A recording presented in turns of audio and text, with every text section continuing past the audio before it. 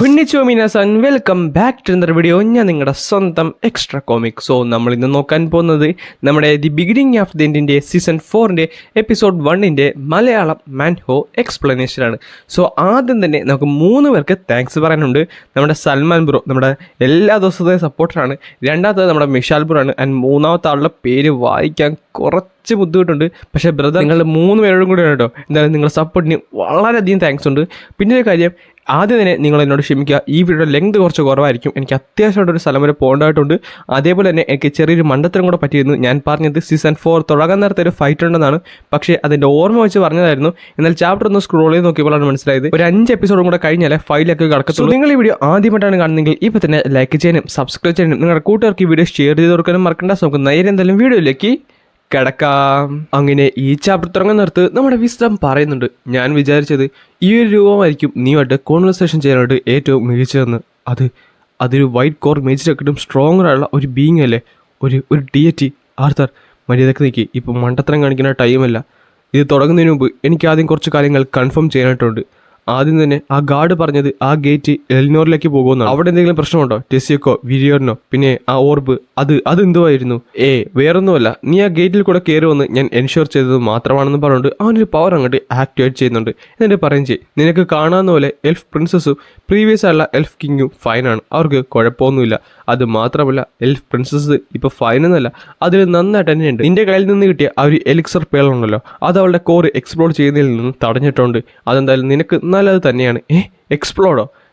അതൊക്കെ അവിടെ നിൽക്കട്ടെ, നമുക്കെന്തായാലും ഞാൻ നിന്നെ കൊണ്ടുവന്ന കാര്യത്തെപ്പറ്റി സംസാരിക്കാൻ പറഞ്ഞുകൊണ്ട് അവൻ വീണ്ടും ഒരു കാര്യം കൊണ്ട് ആക്ടിവേറ്റ് ചെയ്യുന്നുണ്ട്. എന്നിട്ട് പറയും ചെയ്യും, നിനക്കറിയാവുന്ന പോലെ നീ ഡിക്കാത്തനല്ലേ ഒരു സിറ്റിസൺ ആണ്.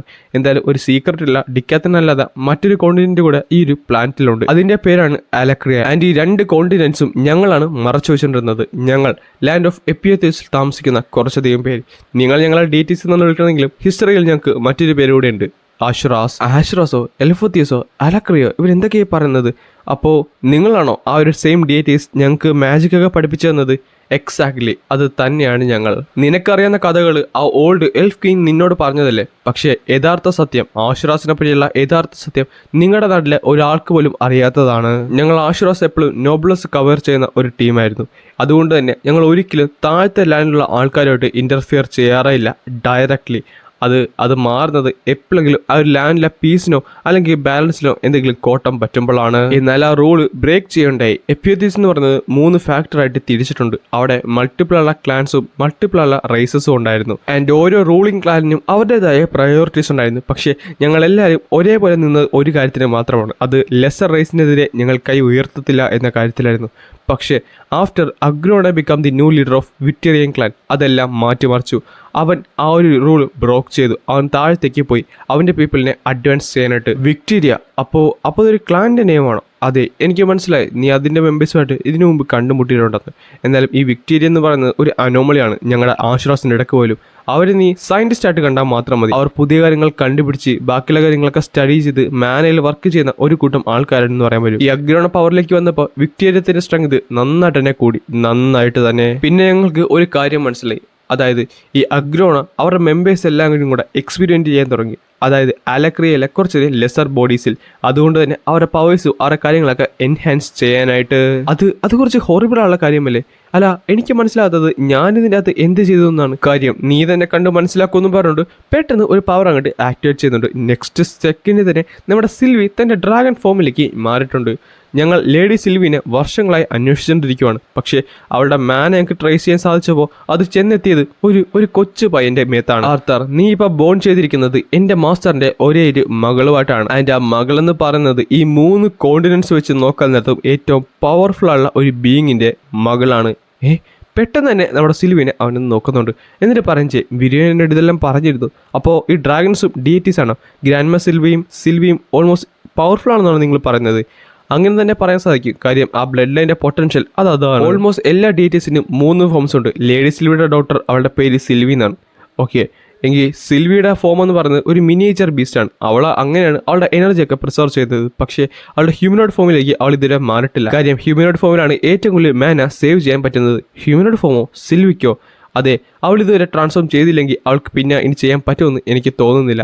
ലേഡി സിൽവിയുടെ മാനക്കോർ ഇപ്പോഴും അണ്ടർ ഡെവലപ്ഡ് ആണ്. അത് മാത്രമല്ല ബാക്കിയുള്ള കാര്യങ്ങളൊക്കെ കൺസിഡർ ചെയ്യുന്നത് ആ പ്രോഗ്രസ്സും വളരെ കുറവ് തന്നെയാണ്.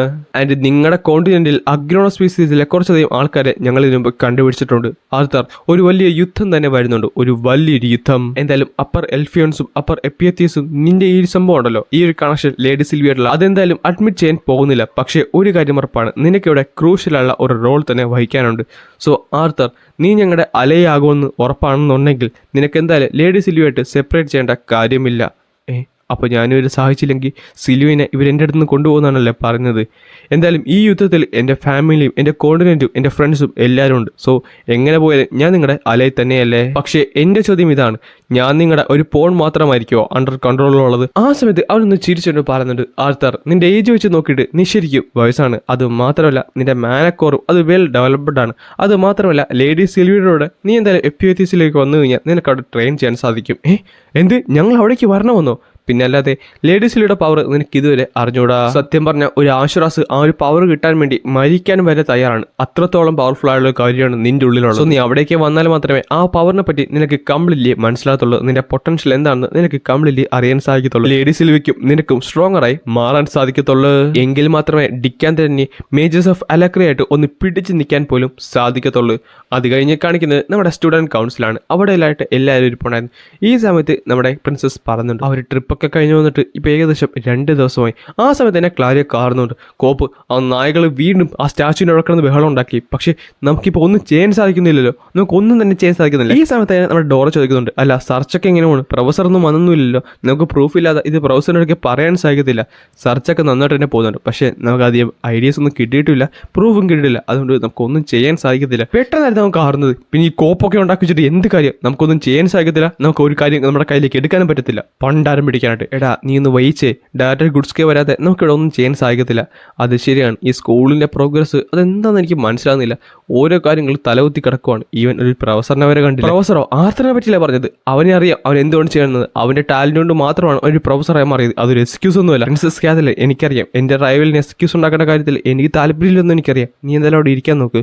ആർത്തർ, അവനിവിടെ എങ്ങനെ ഉണ്ടായിരുന്നെങ്കിൽ അവനറിയാൻ പറ്റുമായിരുന്നു ഇവിടെ എന്ത് ചെയ്യണമെന്ന്. എടി നീ നടങ്ങ്, നമുക്കെല്ലാം ആർത്തറിനെ മുതുകത്തിടാൻ പറ്റത്തില്ലല്ലോ. ആ സമയത്ത് അവൾ പറഞ്ഞു, അവൻ എന്തായാലും ഉടനെ തന്നെ വരുന്നതായിരിക്കും.